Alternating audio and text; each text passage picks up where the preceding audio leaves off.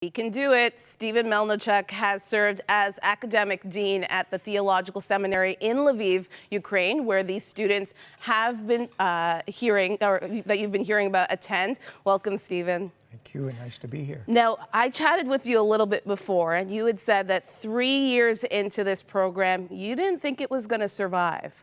And then Crossroads came along, and 10 years later, you're still going.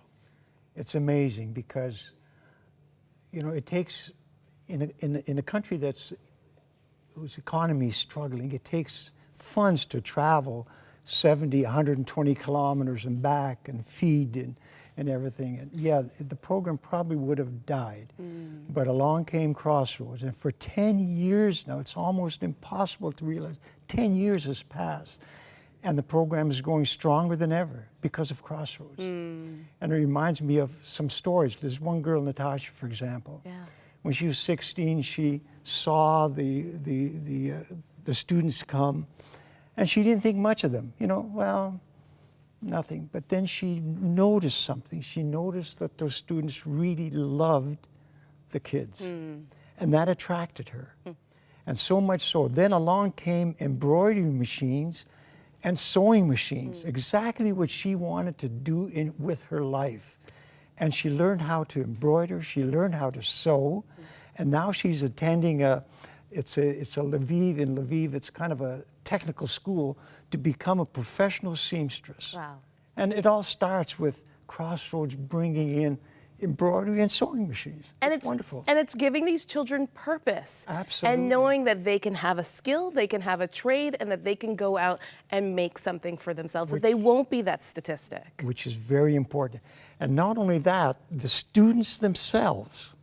I think of a student by the name of Misha who started attending about 2006 or 7. He's now pastoring a small church that in Ukraine, if you have a house church, that's not considered a church. Okay. You have to have a building that looks like a church, number one.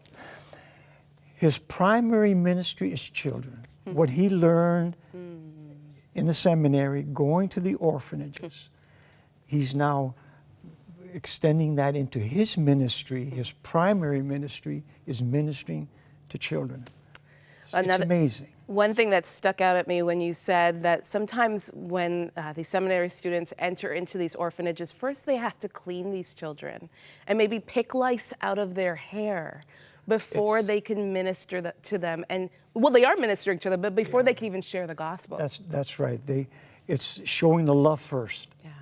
And you show love by doing those practical things that the staff love the residents. We shouldn't, but it's just that they see these young people come in that give up every Saturday for their whole school year to go and visit, and they come and they'll clean the floors if they have to. They'll supply hygienic products to the residents.